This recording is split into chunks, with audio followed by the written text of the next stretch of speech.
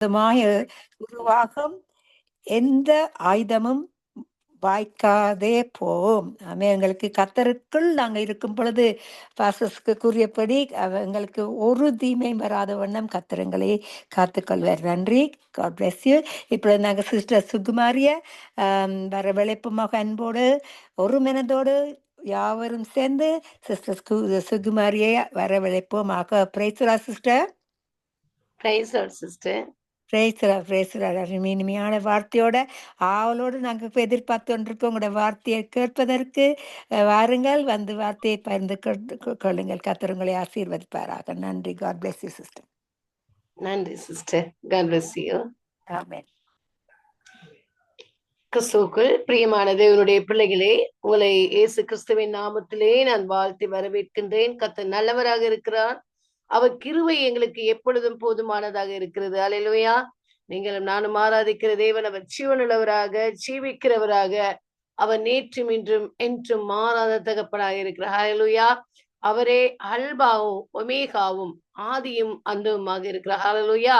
அவரே தொடக்கமும் முடிவுமாக இருக்கிறார். கர்த்தருடைய பிள்ளைகளே, இதனாலும் கூட சங்கமம் வானொலி மூலமாக நித்திய வெளிச்சத்துக்கூடாக உங்களை நான் வாழ்த்தி வரவேற்கின்றேன். கர்த்தர் நல்லவராக இருக்கிற. ஹல்லேலூயா. நேரத்தில் திருப்பிக் கொள்ளுங்கள். எரேமியா 17வது அதிகாரம் 7, 8வது வசனத்தை திருப்பிக் கொள்ளுங்கள். அங்கு சொல்லப்படுகிறது 7வது வசனம், கர்த்தர் மேல் நம்பிக்கை வைத்து கர்த்தரை தன் நம்பிக்கையாக கொண்டிருக்கிற மனுஷன் பாக்கியவான்.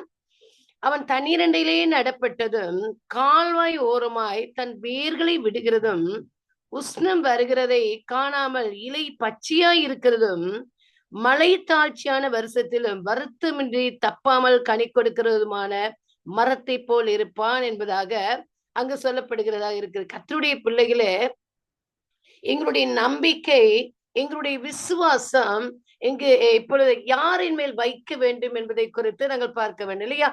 ஆகவே இந்த உலகத்திலே மனுஷர்கள் இருக்கிறார்கள் இல்லையா? கண்ணுக்கு புலப்படாத கர்த்தர் இருக்கிறார். ஆகவே நாங்கள் கண்ணுக்கு தெரிகிற மனுஷரையா, கண்ணுக்கு புலப்படாத அந்த தேவனையா நாங்கள் நோக்கி பார்க்க வேண்டும் என்பதை குறித்து நாங்கள் யோசிக்க வேண்டும் இல்லையா? அப்ப சொல்லுகிறார், அதாவது உங்கள் கண்களுக்கு தெரிகிற மனிதனின் மேல் நீங்கள் நம்பிக்கை வைக்காதீங்க இல்லையா? கண்ணுக்கு புலப்படாத நான் உங்களை சிருஷ்டித்திருக்கிறேன், ஆக என்னை நீங்கள் விசுவாசிக்க வேண்டும் இல்லையா? ஆதியிலே நாங்கள் பார்க்கின்ற பொழுது வானத்தை பூமியை கர்த்தர் சிருஷ்டித்தது 6 நாளைக்குள்ளே. கர்த்தருடைய பிள்ளைகளே, இந்த அழகிய ஒரு உலகத்தை அப்பா உருவாக்கி இருக்கிறார் இல்லையா? இந்த உலகமானது தாறுமாறாக இருந்தது, இருள் சூழ்ந்திருந்தது இல்லையா? மனுஷன் நடமாட்டம் இல்லாத ஒரு உலகமாக இருந்தது இல்லையா? அந்த உலகத்தை கர்த்தராகிய ஆண்டவர் எவ்விதமாக அழகாக சிருஷ்டித்திருக்கிறார் என்பதை குறித்து நாங்கள் கொஞ்ச நேரமாவது சிந்திக்க வேண்டும் இல்லையா? பாருங்க, இருள் இந்த பூமியை அப்படியே சூழ்ந்திருந்தது. இந்த வானம் பூமி ஒன்றாக இருந்தது. கர்த்தருடைய பிள்ளைகளை எல்லாமே ஒழுங்கீனமாக இருந்தது. ஒன்றுமே இல்லாதபடி, தண்ணீர் கிடையாது, சமுத்திரம் கிடையாது, பறவைகள் கிடையாது, மிருகங்கள் கிடையாது, மனிதர்கள் ஒருத்தருமே கிடையாது. அப்படி 2 ஒன்றாக இருந்திருக்கிறது. அப்ப பரலோகத்துல இருக்கிறவராக இருக்கிறார் இல்லையா?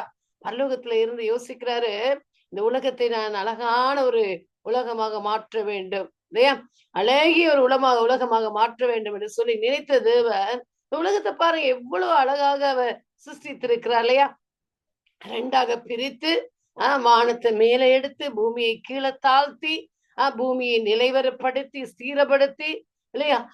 பாருங்க, நல்ல காய்ந்த நிலமாக ஒரு பகுதியை மாற்றி தண்ணீர்கள் எல்லாம் இருந்திருக்காது. தண்ணீர்கள் எல்லாவற்றையும் ஒன்றாக சேர்த்து சமுத்திரத்திலே அங்கு வைத்து கர்த்தருடைய பிள்ளைகளே நாங்கள் நடமாடுவதற்கு அழகான காய்ந்த நிலங்களை ஏற்படுத்தி சமுத்திரத்திலே வாழுகிற பிராணிகளையும் நிலத்திலே வாழ்கிற பிராணிகள் எல்லாவற்றையும் படைத்த தகப்பன் பாருங்க 6ஆம் நாளிலே தன்னுடைய சாயலாக ஒரு மனுஷனை உருவாக்கும் என்று நினைத்து கர்த்தருடைய பிள்ளைகளே அவர் ஆசையாக உங்களையும் என்னையும் அவருடைய சாயலில் உருவாக்கினார்.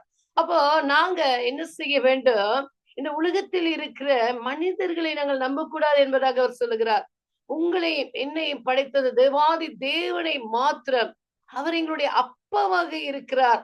அவர் எங்களுக்கு அப்பாவாகவும் அம்மாவாகவும் இருக்கிறார். கர்த்தருடைய பிள்ளைகளே, ஆகவே அவர் சொல்லுகிறாங்க பாருங்க, எப்படி சொல்றாரு சொன்னா, அதாவது கர்த்தர் மேல் நம்பிக்கை வைத்து கர்த்தரை தன் நம்பிக்கையாக கொண்டிருக்க மனுஷன் பாக்கியம்.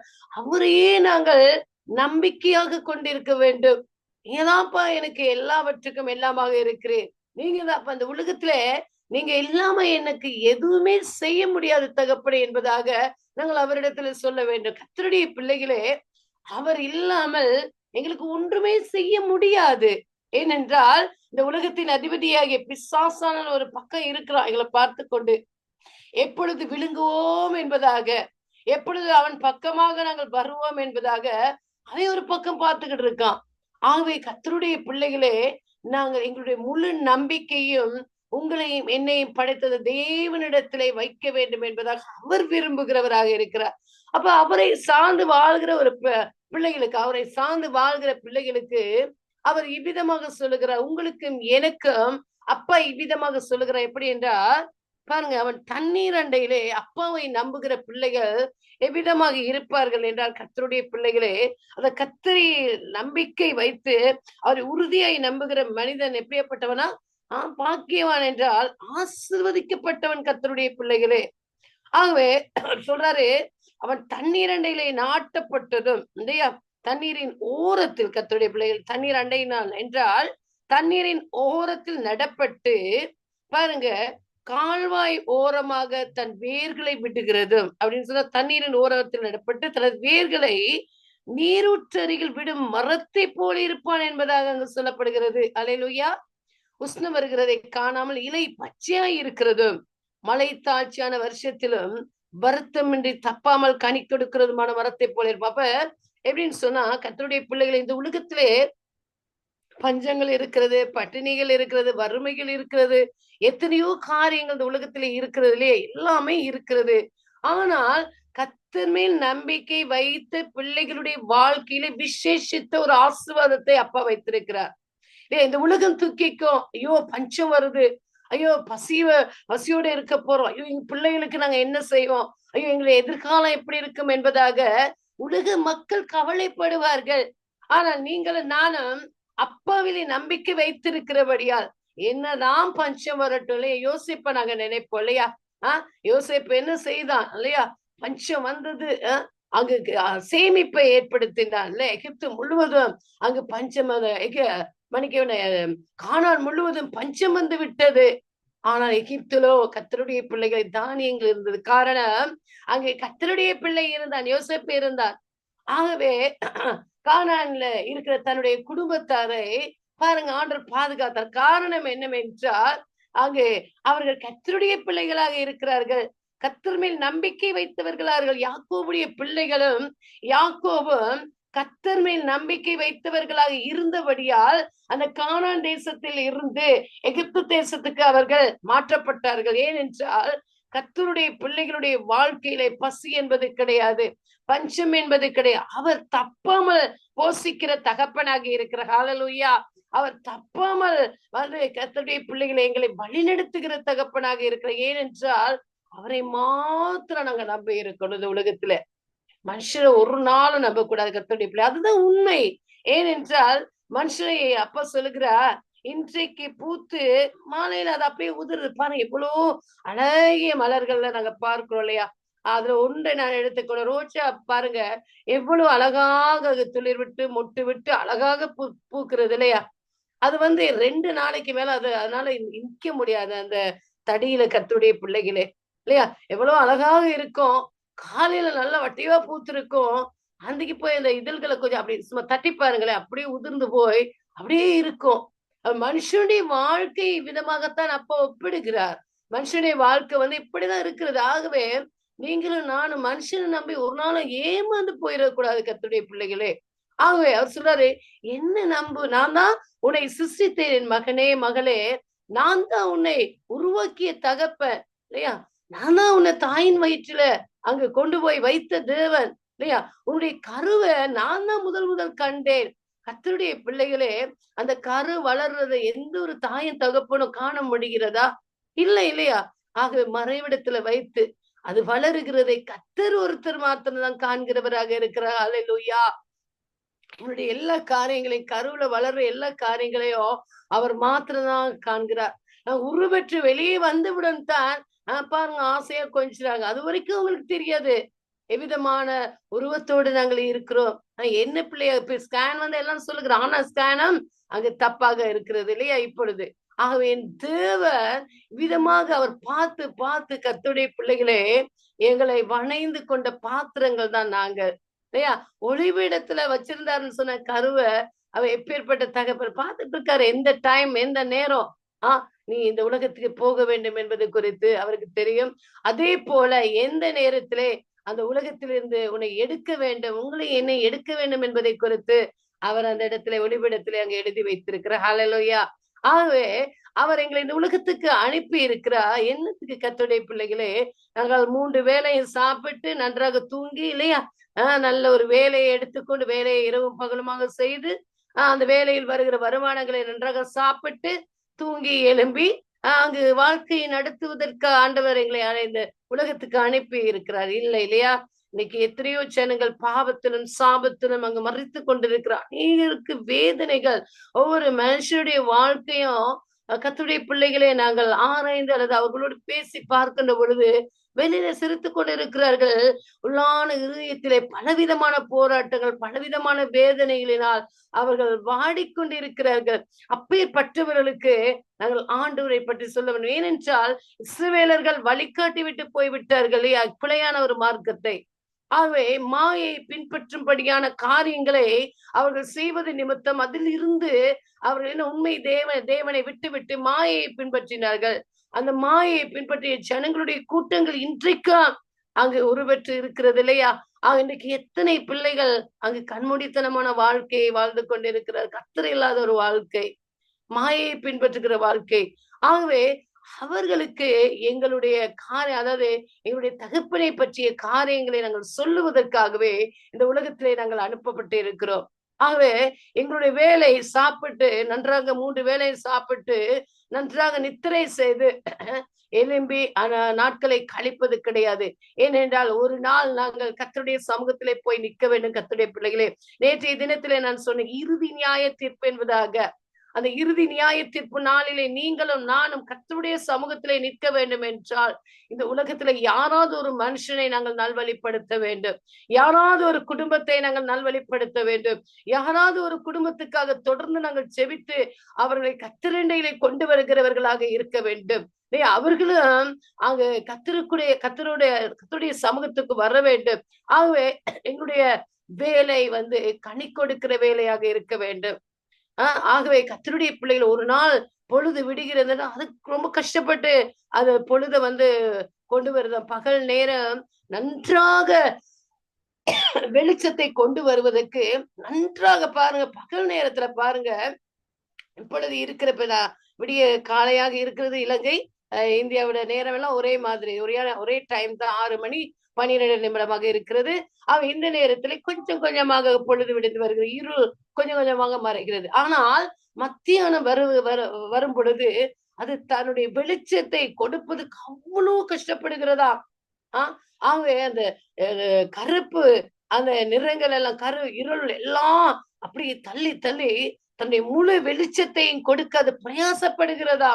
அதுவே அவ்விதமான காரியங்களை செய்கிறது. கர்த்தருடைய பிள்ளைகளே, நாங்கள் இல்லையா அப்பாவுடைய சாயலில் படைக்கப்பட்ட பிள்ளைகள். அவருடைய சாயலாக நாங்கள் இருக்கிறோம். என்னுடைய அம்மா அப்பா சாயலாக பாருங்க இருந்தாலும் கூட, ஆனால் எங்களுடைய அம்மா அப்பா அவருடைய சாயலாக இருக்கிறார்கள். அல்லேலூயா. ஆகவே அவருடைய சாயலில் பிறந்த பிள்ளைகளாக நாங்கள் இருக்கிறபடியால் இந்த உலகத்துல இருக்கிற நாள் வரைக்கும் ஏதாவது ஒரு காரியத்தை நாங்கள் செய்து கொண்டே இருக்க வேண்டும். கர்த்தருக்காக கர்த்தருடைய பிள்ளைகளே, இன்னைக்கு அப்படி ஜனங்கள் வேதனையோடு இருக்கிறாங்க, விரக்தியோடு இருக்கிறாங்க, வாழ பிடிக்கல. ஒரு போதகர் சொல்றாரு, நல்ல ஒரு ஊழியக்காரர், வல்லமையான ஒரு தீர்க்கதரிசி 2 நாளைக்கு முன்பதாக சொன்னா, சிஸ்டர் நான் இப்போ ஆண்டவர் என்னை எடுத்துக்கொண்ட நல்லது என்பதாக, ஆனா பரிசுத்தமா இருக்கிறேன் சிஸ்டர், இப்போ ஆண்டவர் என்னை எடுத்துக்கொண்ட மிகவும் நல்லது என்பதாக. நான் சிரிச்சேன். அவருக்கு ஒரு பிள்ளை இருக்குது, மனைவி இருக்கிறாங்க, சின்ன குழந்தைதான் இருக்கிறா. அப்ப 6-7 வயசு குழந்தை இருக்கிறா. பாச ஏன் இப்படி நீங்க பேசுறீங்க? இல்ல சிஸ்டர், என்ன ஆண்டவர் எடுத்து அது 2-3 தடவை அவர் சொல்லிட்டாரு. ஆனா ஆண்டவர் என்னை எடுத்துக்கொண்ட நல்லதா இருக்கும் என்பதாக. காரணம் என்ன தெரியுமா? கர்த்தருடைய பிள்ளைகளே, அவ்வளோ அவருக்கு பிரச்சனை. வேலை செய்கிறார். வேலை செய்து கொண்டு அவர் ஊழியத்தை செய்கிறார். அருமையான ஒரு ஊழியக்காரர். ஆகவே நேற்றைய தினத்திலே வந்து நிறைய விஷயம் அவரு என்னோட பேசல. நேற்றைய தினத்துல நாங்க பிரேயர் பண்ணும் பொழுது எல்லாம் ஒன்று கூடி நாங்கள் ஆன்லைன் மூலமாக ஜெபிக்கின்ற பொழுது அவர் சொல்லுகிறார், அந்த போதகர், இன்னொரு போதகர் சொல்லுகிறார், இவருக்காக ஜெபியுங்கள் என்பதாக. ஏனென்றால் கடன் சுமை ஒரு பக்கம், ஒரு பக்கம் வேலை, இரவும் பகலும் நித்திரையின்றி வேலை செய்கிறார். அப்ப பாருங்க, அந்த பிள்ளையோட தேவைகளை சந்திக்கும்படியாக அவளுக்கு அவள் சரியானபடியா பேச வருதில்ல. ஆனா அவளுக்கு அவ்வளவு தேவைகள் இருக்கிறது என்பதா எனக்கு தெரியல. ஆனாலும் கர்த்தருடைய பிள்ளைகளே, அவ்வளவு பிரஷர், அந்த அந்த மாதிரி கஷ்டப்படுறாரு அந்த ஊழியக்காரர். ஆனா சொல்ல முடியாது. பாருங்க, தெரிந்ததுனால அவருக்காக நாங்கள் ஜெபிக்கிறோம் இல்லையா? அவருக்காக நாங்க பாரப்பட்டு ஜெபிக்கிறோம். இன்னைக்கு கர்த்தருடைய ஊழியத்தை செய்கிற எத்தனையோ ஊழியக்காரர்கள் வெளியே காட்டிக் கொள்ள மாட்டாங்க. தேவனுடைய ஊழியத்தையும் செய்து கொண்டு, வேலையும் செய்து கொண்டு காரியங்களை நடப்பிக்கிறார்கள். ஆனால் கர்த்தருடைய பிள்ளைகள் அவர்களுக்காக நாங்கள் ஜெபிக்கிற, வெளியேதான் ஊரெல்லாம் சுற்றி நாங்கள் சத்தியத்தை சொல்ல வேண்டும் என்ற அவசியம் இல்லை. நாங்க இருந்த இடத்திலே காலையில எழும்பி எங்களுடைய வேலைகளை முடித்துவிட்டு, எந்த நாளும் ஒரே வேலையை தான் செய்றோம். சாப்பிடுறோம், குளிக்கிறோம், சமைக்கிறோம், உடைகளை வாஷ் பண்றோம், கழுவுறோம், கடைக்கு போறோம், வாரம். இதுதான் எங்களுடைய வேலையா இருக்கிறது. தொடர்ந்து அதுதான் நாங்க செய்து கொண்டிருக்கிறோம். அதை நேரத்துடன் செய்து விட்டு 1 மணி நேரமாவது 2 மணி நேரமாவது ஒதுக்கி கர்த்தருடைய பிள்ளைகளே, இப்பேற்பட்ட தேவ மனிதர்களுக்காக, அவருடைய காரியங்களுக்காக நாங்கள் செபிக்கிறோம். பாருங்க, அவர் செத்து போயிட்டா நலமா இருக்கும் அப்படின்னு சொல்றாரு. நான் பரிசுத்தமா இருக்கேன் சிஸ்டர். இப்பயும் ஆண்டவர் எடுத்துக்கொண்டா எனக்கு ரொம்ப சந்தோஷமா இருக்கு. எனக்கு பிடிக்கல அப்படின்னு சொல்றாரு. பாருங்க, அந்த வாழ்க்கையின் மேல் எவ்வளவு ஒரு வெறுப்பு வருகிறது இல்லையா? அந்த விரக்தியை அந்த அந்த போதகருடைய வாழ்க்கையிலிருந்து நாங்கள் விரட்ட வேண்டும் என்றால் நாங்கள் செபிக்க வேண்டும். ஆண்டவருடைய பாதத்துல அமர்ந்து, ஐயா, அந்த ஊழியக்காரர் மூலமாக எத்தனையோ ஆத்துமாக்களை நீங்கள் ஆதாயப்படுத்த நினைத்திருப்பீர்கள். அப்படி ஒரு வெறுப்பு வந்திருக்கிறது. அந்த வெறுப்பிலிருந்து அவர் விடுதலையாக வேண்டும் என்பதாக நாங்கள் செபிக்க. இது ஒரு ஊழியம் கர்த்தருடைய பிள்ளைகளே. நாங்க போய் பெரிய பிரசங்க மேடையிலே பிரசங்கம் பண்ணுவதுதான் ஊழியம் கிடையாது. மைக்கை பிடித்து வர்ஷிப் பண்ணுவதுதான் ஊழியம் கிடையாது. 4 பேர் முன்பதாக போய் ஆண்டவருடைய வார்த்தையை அறிக்கையிட்டு பிரசங்கம் பண்ணுவதுதான் ஊழியம் கிடையாது. கர்த்தருடைய பிள்ளைகளே, வீட்டிலே இருந்து கொண்டு மறைமுகமாக செய்கிற ஊழியத்தை கர்த்தர் ஆசீர்வதிக்கிற தகப்பனாக இருக்கு. நீங்களும் நானும் பாருங்க, மறைமுகமாக இருந்து 1 மணித்தியாலம் 2 மணித்தியாலத்தை கொடுத்து இவருடைய தேசத்துங்களுக்காக, அழிந்து போகிற ஆத்துமாக்களுக்காக, இன்னைக்கு வாலிப பிள்ளைகள் அழிந்து போறாங்க, அவங்களுக்காக நாங்கள் திறப்பிலே நின்று ஜெபிக்க ஜெபிக்க ஜெபிக்க ஜெபிக்க யாரோ ஒருவர் ரட்சிக்கப்படுறாங்க, யாரோ ஒருவருடைய உள்ளம் மாறுகிறது, யாரோ ஒருவர் விடுதலை அடைகிறார்கள், யாரோ ஒருவருடைய மனப்புண்கள் ஆற்றப்படுகிறதாக இருக்கிறது.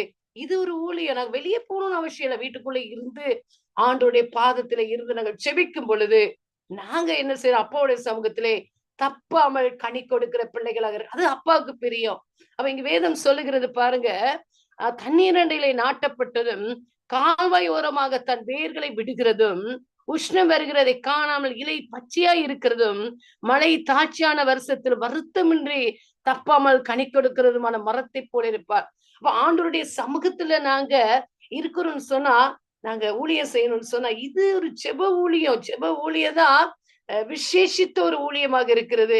போய் அங்கங்க எங்கெங்க துண்டு பிரதைகளை கொடுத்து, நானும் ஊழியக்காரி தான், நானும் ஊழியக்காரன் தான், நானும் ஊழியம் செய்யறேன்னு சொல்லி ஜனங்கள் பாக்குறதுக்கு எங்களுக்கு ஊழியம் தேவையே கிடையாது. கர்த்தருடைய பிள்ளைகளே, அப்பாவுடைய சமூகத்திலே சொல்லப்படுகிற தண்ணீரின் ஓரத்தில் நடப்பட்டு தனது வேர்களை நீரூற்றருகில் விடும் மரத்தை போல இருப்பா. அப்ப எங்களுடைய வேற எங்க நாங்க விடுறோம்? ஆண்டவருடைய சமூகத்திலே, அப்பாவுடைய கரத்துல எங்களுடைய வேர்களை விட வேண்டும். அப்பொழுது எங்களுக்கு வெப்பம் வரும்போது நாங்க பயப்பட மாட்டோம். கர்த்தருடைய வெப்பம் என்றா, வெப்பம் வந்தா தாங்க முடியுமா? முடியாது, ரொம்ப கஷ்டப்படுவோம் இல்லையா? ஆகவே அந்த வெப்பம் வந்தா கூட நாங்க பயப்பட மாட்டோம். வெப்பம் தானே, அதை ஒன்றும் எங்களை செய்யாது. எப்போதும் அதன் இலைகள் பச்சையா இருக்கும். எவ்வளவுதான் எங்களுக்கு பிரச்சனைகள், போராட்டங்கள், துக்கங்கள் வந்தாலும் நாங்க எப்படி இருப்போம்? கர்த்தருடைய பிள்ளைகளையே பச்சை பசேல் என்று நாங்கள் இருப்போம். உலகத்துல வறட்சி இருக்குது. ஆனால் நாங்க என்ன செய்வோம்? வறட்சியான வருடத்திலே நாங்க கவலைப்பட மாட்டோம். கர்த்தருடைய பிள்ளைகளே, அது பலன் கொடுக்க தவறாதபடி பாருங்க, அந்த மரமானது பழம் கொடுக்க தவறுவதில்லை. நீருற்றண்டையில இருக்கிற மரத்துக்கும் பாருங்க, வெயில்ல நடு தரையில இருக்கிற இல்லையா, வெயில் நன்றாக படுகிறது அந்த மரத்துக்கு. ஆனா தண்ணீரே கிடையாது, வறண்ட நிலமாக இருக்கிறது. அதுல ஏதோ ஒரு பழம் இருக்கிறது. அந்த பழத்துக்கும் கர்த்தருடைய பிள்ளைகளே, அங்கு நீர் ஓடிக்கொண்டிருக்கிறது, ஆறுகள் ஓடிக்கொண்டிருக்கிறது. அதன் அருகிலே நல்ல கனிதரு மரம் இருக்கிறது. அந்த மரத்தை இந்த மரத்தை நாங்கள் பார்க்கின்ற பொழுது, இந்த மரமோ அதோட இலைகள் எல்லாம் மஞ்சளாக இருக்கும். தண்ணீர் கிடையாது. அது வேறு தண்ணீர் இல்லாதபடி அங்கு வறட்சியாக காணப்படுகிறது. இங்கு நாங்கள் பார்க்கின்ற பொழுது இந்த வேர் தண்ணீரை உறிந்து உறிந்து, ஏனென்றால் அந்த வேரானது ஓடுகிற தண்ணீரிலே அது விடப்பட்டு இருக்கிறது. ஆகவே அதை உறிந்து உறிந்து என்ன செய்கிறது, இந்த மரம் நல்ல கனிகளை கொடுக்குது. உஷ்ணத்தை பாக்குது, அது சிரிக்குள்ளே உஷ்ணத்தை பார்த்து பாரு, இந்த மரத்தை பாரு, அதான் கனி கொடுக்க முடியல. நான் பாரு குளிர்ச்சியா இருக்கிறேன், என்னால கனி கொடுக்க எவ்வளவாக முடிகிறது என்பதாக. அந்த உலகத்திலே இருக்கிறவர்களுக்கு கனி கொடுக்க முடியாது. கடவுளோடு இல்லாதவர்களுக்கு கனி கொடுக்க முடியாது. வேதம் வாசிக்காதவர்களுக்கு கனி கொடுக்க முடியாது. ஆண்டவருடைய பாதத்துல ஒரு மணித்தியாலம் இருந்து ஜெபிக்க முடியாதவர்களுக்கு கனி கொடுக்க முடியாது. கர்த்தருடைய பிள்ளைகளே, கனி கொடுக்க வேண்டும் என்றால் நாங்கள் ஆண்டவரோடு கூட நாங்கள் இணைந்திருக்க வேண்டும். எங்களுடைய வேரானது அவருக்குள்ளே விடப்பட்டதாக இருக்க வேண்டும். எங்களுடைய வேரானது தண்ணீருக்குள்ளே விடப்பட்டது போல எங்களுடைய ஆவி, ஆத்துமா, எங்களுடைய சரீரம், எங்களுடைய நினைவுகள், எங்களுடைய ஐம்புலன்களும் அவருடைய சமூகத்திலே விடப்பட்டதாக நாங்கள் இருக்க வேண்டும். ஆகவே அப்பொழுது நாங்கள் என்ன செய்வோம், கர்த்தருடைய பிள்ளைகளே, அந்தந்த நேரத்திலே கனி கொடுத்து மற்றவர்களை பசியை நாங்க ஆற்றக்கூடியவர்களாக இருப்போம் இல்லையா. அதே போல பாருங்க, சங்கீதம் 1வது அதிகாரம் அங்க என்ன சொல்லுகிறது, கர்த்தருடைய பிள்ளைகளே, அங்கே ஒரு காரியத்தை அப்ப சொல்லுகிறார். என்ன காரியம் என்றால் பாருங்க, சங்கீதம் 1வது அதிகாரம் பாருங்க, 1-2 1வது அதிகாரம் 2-3 வாசிக்கிறேன் பாருங்க. கர்த்தருடைய வேதத்தில் பிரியமாயிருந்து இரவும் பகலும் அவருடைய வேதத்தில் தியானமாய் இருக்கிற மனுஷன் பாக்கியவான். அல்லேலூயா. இது ஒரு வகையான ஊழியம். ஆண்டவருடைய காரியங்களை நாங்கள் அறிந்து தியானம் பண்ணி எங்களை ஆண்டவருக்குள்ளாக ஒவ்வொரு நாளும் நாங்கள் புதுப்பிக்க வேண்டும். கர்த்தருடைய பிள்ளைகள், அவர் சொல்லுகிற வார்த்தையை நாங்கள் கேட்டு கேட்டு மற்றவர்களுக்கு நாங்கள் சொல்ல வேண்டும்.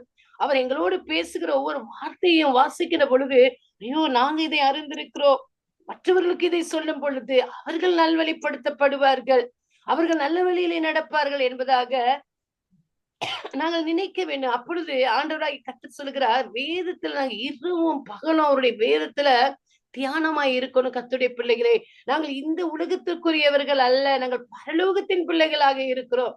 இது தற்காலிகமாக கொடுக்கப்பட்ட ஒரு வாடகை வீடை போல இல்லையா. பாருங்க, கொஞ்சம் காலம் இந்த உலகத்துல இருக்கிறோம், அதன் பின்பதாக அந்த வீட்டை விட்டு நாங்க வெளியேற வேண்டும் இல்லையா.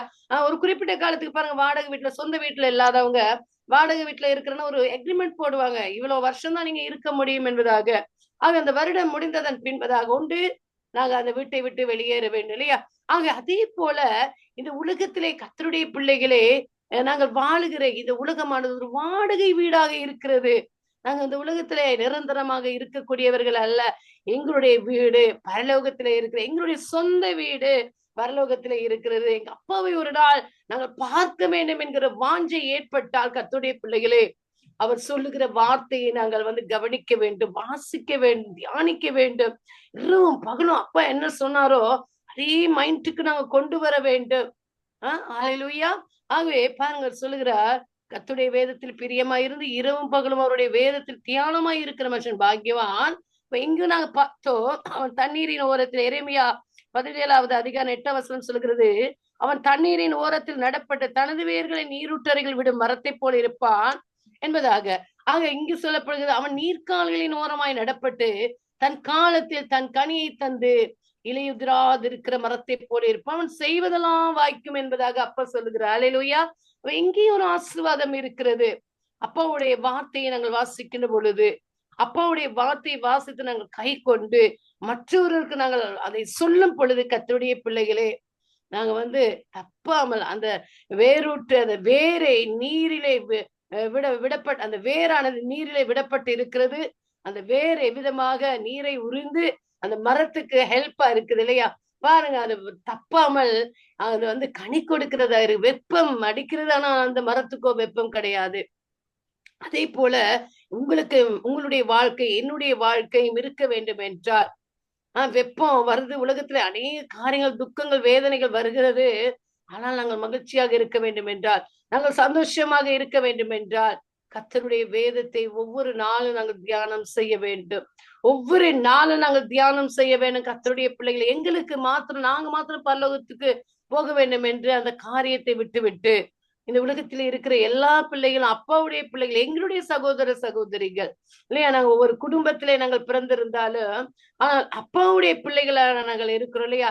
இஸ்ரவேல் ஜனங்களை 12 கோத்திரங்களா அப்பா பிரித்து, அவங்க இஸ்ரவேல் ஜனங்களை வனாந்தரத்துல ஒரேடியா கொண்டு போல, ஒரே பாதையில அவங்கள கொண்டு போல கர்த்தருடைய பிள்ளைகளே. அவங்க 12 கோத்திரங்களாக இருந்தபடியால் 12 பாதைகளிலே அவர்கள் கடந்து போனார்கள். எல்லா ஒருமிக்க ஒரே பாதையில ஆடு மாடு எல்லாம் போயிருந்தா என்ன ஆகியிருக்கும்? எல்லாம் ஒன்னோட ஒண்ணு மிதித்து செத்து போயிருக்கும் இல்லையா? ஆகவே 12 பாதைகளை அவர் பிரித்து 12 கோத்திரங்களாக 12 வழியாக அவர் அவங்கவுங்க குடும்பத்தோட அவங்கவுங்க பயணம் செய்தார்கள். அதே போலத்தான் இந்த உலகத்திலே அப்பா எங்களை பிரித்து வைத்திருக்க ஒவ்வொரு குடும்பமாக, ஒவ்வொரு குடும்பத்திலே ஒவ்வொரு தாயின் தகப்பனை உருவாக்கி அப்படியே பிறந்து அப்படியே ஒரு குடும்பமாக நாங்க வளர்ந்து அப்படியே குடும்பங்கள் பிரிக்கப்பட்டு இருக்கிறது. ஆனால் ஒரு தகப்பனுடைய பிள்ளைகளாக நாங்கள் இருக்கிறோம் என்பதை நீங்கள் நானும் மறந்து போக கூடாது இல்லையா? நாங்க மாத்திரம் பரலோகத்துக்கு போய் அப்பாவோட மடியில நாங்க இருக்கணும்னு நாங்க நினைக்க கூடாது. எங்களுடைய சகோதரர்கள் கைவிடப்பட்டு போய்விடக்கூடாது. ஏன்னா உலகத்தின் அதிபதிய பிசாசானவனுக்கு இந்த உலகம் கொடுக்கப்பட்டிருக்கிறது. அவன் வேண்டிய விதமாக அவன் ஆளுகை செய்து கொண்டிருக்கிறான். கர்த்தருடைய பிள்ளைகள் இன்னைக்கு பார்க்கிற நேரம் பயங்கரமா இருக்கிறது. அவனுடைய ஆதிக்கங்கள் அதிகமாக இருக்கிறது. இந்த காலத்தை நீங்கள் நானும் பார்க்கின்ற பொழுது சோதம் குமாராவை பார்ப்பது போல இருக்கிறது. கர்த்தருடைய பிள்ளைகளை எங்கு பார்த்தாலும் பாவம் நிறைந்த காரியமாக இருக்கிறது. இன்னைக்கு வாலிப பிள்ளைகளை பாருங்க. அந்த நாட்களில் எல்லாம் நாங்கள் வாலிப காலத்துல இருக்கின்ற பொழுது பெரியவர்கள் ஒரு வாகனத்துல நாங்கள் பிரயாணம் செய்யும் பொழுது, உதாரணத்துக்கு பஸ்ல நாங்க பிரயாணம் செய்வோம் இல்லையா? அந்த நேரத்துல பாருங்க, அந்த யாராவது ஒரு பெரிய மனிதர்கள் வயதுக்கு முதிர்ந்தவர்கள் யாராவது ஒருத்தர் இருந்த உடனே நாங்க என்ன செய்வோம்? சீட்டை கொடுத்துட்டு எழும்பி நின்றுட்டு வருவோம், எவ்வளவு தூரமாக இருந்தாலும். ஆகவே நான் ட்ரிங்கோவுக்கு போற நேரம் நான் என்னுடைய தங்கை எல்லாம் போயிருக்கிறோம். நாங்க கொஞ்சம் தூரம் நீங்க இருங்க, நாங்க கொஞ்சம் தூரம் எழும்பி வர்றோம் அப்படின்னு சொல்லி நாங்க போன நாட்கள் இருக்கிறது. வயோதிபர்களை நிக்க வைத்து நாங்க அமர்வதுக்கு, அதாவது வயோதிபர்களை நிக்க வைத்து நாங்க அமர முடியாது அந்த நாட்கள். ஆனா இந்த நாட்கள்ல பாருங்க, வயது போனவங்க தள்ளாடி எப்படி அடிப்பட்டு கொண்டிருப்பாங்க. இவங்க நல்லா இருப்பாங்க, அப்படியே பேசாம சும்மா அப்படி இருப்பாங்க. ஆகவே அப்படிப்பட்ட ஒரு காலமாக இருக்கிறது. இன்றைக்கு பெரியவர்களுக்கு மரியாதையே கிடையாது இல்லையா? ரோட்ல எல்லாம் நீங்க பாப்பீங்க. எல்லா தேசங்களும் இது நடக்கிறது. அவன் மரியாதை இல்ல, கொஞ்சம் கூட ஒரு ஒழுக்கம் இல்ல. எங்க பார்த்தாலும் கர்த்தருடைய பிள்ளைகளை கையோடு கை கோர்த்து ரொம்ப அவலட்சணமான முறையிலே நடந்து கொள்கிற. அப்ப எங்களுடைய பிள்ளைகளை நாங்க கொண்டு போறதுக்கு பயப்படுறோம். ஏன்னா பிள்ளைகள் அங்க பாக்குறாங்களா, அங்க பாக்காது, இங்க திரும்புங்க, நான் சொல்லி இருக்கிறேன், அந்த பக்கம் பார்க்க கூடாது, இங்க பாருங்கம்மா அப்படின்னு சொல்லி இருக்கிறேன். ஆகவே எங்க பிள்ளைகளை வழி நடத்துவது ரொம்ப கஷ்டமாக இருக்கிறது. உலகம் ஒரு சோதோம் கொமாராவை போல இருக்கிறது. பக்த பகல குடி வெறி களியாட்டுகள் கர்த்தருடைய பிள்ளைகளை. ஆகவே நீங்களும் நானும் தேவனுடைய சமூகத்திலே ஒரு மணித்தியாலத்து வேணாம், கூட நீங்க கொடுக்க வேணாம். கர்த்தருடைய பிள்ளைகளே, 2 மணித்தியாலம் எனக்கு இருக்க முடியுமா? தூக்கம் வந்துரும். ஆகவே எனக்கு அப்படியெல்லாம் இருந்து ஜெபிக்க முடியும் சொல்லவே சொல்லாதீங்க. ஒரு மணித்தியாலத்தை கொடுத்து பாருங்க, 2 மணித்தியாலம் நீங்க செலவழிப்பீங்க. ஏன்னா அவ்வளோ இருக்கிறது கர்த்தருடைய பிள்ளைகளை. உலகம் அவ்விதமாக ஓடிக்கொண்டிருக்கிறது. சோதம் குமாராவை போல அழைந்து கொண்டிருக்கிறது. ஆகவே தேவனுடைய சமூகத்துல நாங்கள் இருந்து செபிக்க வேண்டும். உணர்வுள்ள ஒருவன், என்னை தேடுகிற உணர்வுள்ளவன் ஒருவன் உண்டோ அப்படின்னு சொல்லி அப்பா கேட்கிறார். அவர் தேடுறாரு. என்ன தேடுற உணர்வுள்ள மகள் ஒருத்தி இருக்கிறாளா அப்படின்னு சொல்லி பாக்குறாரு. ஒருவன் இருக்கிறானா அப்படின்னு சொல்லி பாக்குறாரு. ஒருத்தர் இல்லாத போலதான் அப்பாவுக்கு தோணுகிறது. ஆகவே நீங்களும் நானும் கர்த்தருடைய சமூகத்திலே பாக்கியம் பெற்ற பிள்ளைகளாக இருக்கிறோம். நீங்களும் நானும் ஆண்டவரை அறிந்த பிள்ளைகளாக இருக்கிறோம். நீங்களும் நானும் அவருடைய அன்பை ருசித்தவர்களாக இருக்கிறோம். கர்த்தருடைய பிள்ளைகளே, ஒரு மணித்தியாலத்துக்கு 24 மணித்தியாலம் எங்களுக்கு இருக்கிறது. அதை ஒரு மணித்தியாலம் ஆண்டுடைய சமூகத்துல கொடுப்போமா? கர்த்தருடைய பிள்ளைகளே, அழிந்து போகிற ஆத்துமாக்களுக்காக ஜெபிப்போமா? அழிந்து போகிற வாலிப பிள்ளைகளுக்காக ஜெபிப்போமா? ஏனென்றால் நாங்களும் எங்களுக்கு வாலிப பிள்ளைகளை வைத்துக்கொண்டு வளர வளர அவர்கள் வாலிப பருவத்துக்களை மாறிக்கொண்டிருக்கிறார்கள். அவர்களே ஆண்டவர் பாதுகாக்க வேண்டும் என்றால் நாங்கள் மற்றவர்களுக்காக ஜெபிக்கும் பொழுது எங்களுடைய குடும்பம் பாதுகாக்கப்படுகிறதாக இருக்கிறது. நாங்கள் மற்றவர்களுக்காக ஜெபிக்கும் பொழுது கர்த்தருடைய பிள்ளைகளை எங்களுடைய குடும்பங்கள் கட்டப்படுகிறதாக இருக்கிறது. ஆகவே நீங்களும் நானும் ஆண்டவருடைய சமூகத்திலே தப்பாமல் கனி கொடுக்கிற பிள்ளைகளாக இருக்க வேண்டும். அல்லேலூயா. ஆகவே கர்த்தர் நல்லவராக இருக்கு. அவரை நேசித்த பிள்ளைகளாக நாங்கள் இருக்கிறோம். அவர் எங்களை நேசிக்கிற தகப்பனாக இருக்கிறார் இல்லையா? ஆகவே அவரோடு கூட நாங்கள் இணைந்து இல்லையா, அவரோடு எங்களுடைய வேரை விட்டு இல்லையா, இந்த மரமானது ஓடுகிற தண்ணீரிலே அங்கு இப்போ விடப்பட்டு இருக்கிறதுனால் அந்த மரம் பச்சையாக இருக்கிறது இல்லையா? அதே போல கர்த்தருடைய பிள்ளைகளே, இந்த உலகத்திலே இருக்கிற நீங்களும் நானும் எங்களுடைய நினைவுகள், எங்களுடைய சிந்தனைகள், எங்களுடைய செயல்கள் எல்லாம் அப்பா பக்கமாக நாங்கள் திருப்புவோம் இல்லையா? அப்பா பக்கமாக திருப்பி அவருக்குள்ளே நாங்கள் எங்களை வைத்துக் கொள்ளும் பொழுது இந்த இலையுதிராது இருக்கிற, அதாவது நீரோடையில இருக்கிற அந்த இலையுதிராது இருக்கிற மரத்தை போல நாங்க இருப்போம். உலகத்துல என்ன காரியங்கள் வந்தா ஒரு பக்கம் அழிந்து கொண்டு போனாலும் நாங்க பார்த்துட்டு என்ன சொல்லுவோம், எங்களுக்கு அழிவு இல்லை என்பதாக. ஒரு பக்கம் எரிந்து கொண்டு இருக்கிறது, எங்களுடைய பார்வைக்கு ஒரு பக்கம் அப்படியே அழிந்து எரிந்து கொண்டு வருகிறது. நாங்க நின்று சொல்லுவோம், அப்பா எங்களோடு கூட இருக்கிறார், சேனைகளின் தேவன் எங்களோடு கூட இருக்கா, இந்த தீங்கு என்னை ஒரு நாளும் அணுகாது, அந்த தீ என்னை பற்றாது என்பதாக நாங்கள் நினைக்க வேண்டும் கர்த்தருடைய பிள்ளைகளே. ஆகவே நீங்களும் நானும் தேவனுடைய சமூகத்திலே அமர்ந்து திறப்பிலே நின்று நாங்கள் செபிக்கும் பொழுது முதலாவது எங்களுடைய தேசத்தை நாங்கள் காப்பாற்றுகிறோம். அந்த உலகத்தின் அதிபதியாகிய அந்த பொல்லா சத்துருவின் கையில் இருந்து நாங்கள் காப்பாற்றுகிறோம் கர்த்தருடைய பிள்ளைகளை. ஆகவே நாங்கள் திறப்பிலே நிற்போம், தேவனுக்காக எளிமை பிரகாசிப்போம். அங்கு தப்பாமல் கனி கொடுக்கிற ஒரு மரத்தை போல நாங்க இருப்போம். காலையில எழுந்தாலும் ஆண்டோடைய சமூகத்தை தேடுங்க, மாலையில தேடுங்க, பகல்ல தேடுங்க, நேரம் கிடைக்கும் பொழுதெல்லாம் தேவனுடைய சமூகத்துல போய் முழங்கால் பண்ணிட்டு ஜெபிங்க கர்த்தருடைய பிள்ளைகளே. கர்த்தர் உங்களையும் என்னை ஆசீர்வதிப்பது மாத்திரமல்ல, நீங்க இருக்கிற தேசத்தை, நான் இருக்கிற தேசத்தை கர்த்தர் எங்கள் மூலமாக அவர் காக்க வல்லமையுள்ள தேவனாக இருக்கிறார். ஆகவே தொடர்ந்து ஜெபத்திலே விழித்திருங்கள். கர்த்தர் தாம் உங்கள் யாவரையும் ஆசீர்வதிப்பாராக. ஆமென். God bless you. ஆமேன் ஆமேன். அருமையான வார்த்தை மூலமா எங்களை ஆசீர்வதித்தீங்க சிஸ்டர். God bless you. ஆமேன். கர்த்தருக்குள் நாங்க வேறுண்டு இருக்கும் பொழுது அவர் அவருக்குள் இன்னும் அதிகமாக எங்களை ஆசீர்வதித்து அவருக்கேற்ற பிள்ளைகளாக மாற்றி அவர் பரிசுத்தமா இருக்க போல எங்களையும் பரிசுத்தமாக்குவார் என்று கூறி யாவரைக்கும் சிஸ்டர் கொடுத்த ஆசீர்வாதத்தின் மூலமாக கர்த்தர் அவர்களை இன்னும் மென்மேலுமாக ஆசீர்வதிப்பாராக. நன்றி சிஸ்டர். God bless you. ஆமேன் ஆமேன். முதலாவது என்னன்னா, கர்த்தர் நாங்க ஜெபிக்கும் பொழுது எங்களுக்கு பதில் வருவது, நாங்க எதிர்த்தான் அவருடைய இயேசு நாமத்தின் மூலம் கேட்கும் பொழுது அவர் எங்களுக்கு எல்லாத்தையும் கொடுக்கிறாரு. முதலாவது எனக்கு இன்றைக்கு காலம்பர அந்த உறுதியாக அவரை பற்றி கொண்டு ஜெபிக்கும் பொழுது அவர் எனக்கு காட்டினது என்னண்டா, உலகத்துக்குள்ள இருக்கிற எங்களுக்குள்ள இருக்கிற பெரியவர், ஆனா என் பேர் ஜீவ புஸ்தகத்துல எழுதியிருக்கிறது. என் பேர் ஜீவ புஸ்தகத்துல எழுதியிருக்கிறத விட இந்த உலகத்துல ஒன்றுமே அதுக்கேற்ற மாதிரி we cannot compare for that. அந்தபடி அதுக்கான நான் நன்றி செலுத்துறேன். கர்த்தருடைய பிள்ளைகள் கர்த்தரை இன்னும் அவரை அறிந்து கொள்ளும் பொழுது அவருடைய வெளியேற பெற்றத்தினால் இரத்தத்தினால் எங்களை கழுவி புதிய வாழ்வை கொடுத்து எங்களுடைய பேர்களை அவருடைய ஜீவ புஸ்தகத்தில் எழுதி வைத்திருக்கிறார். அதுக்கு நன்றி செலுத்துறேன். நன்றி சிஸ்டர். அருமையான வார்த்தை கொடுத்து எங்களை ஆசீர்வதித்தீர்கள். மறுபடியாக இப்ப பாஸ்டர் ஆண்டன் ராசநாயம் அவர்களை யாவரும் அன்போடு ஒரு மனதோடு வரவழைப்போமாக. Praise the lord pastor. Praise the lord Dolly sister. Praise the lord நேயர்களே. ஆமென் பாஸ்டர். வாருங்கள்.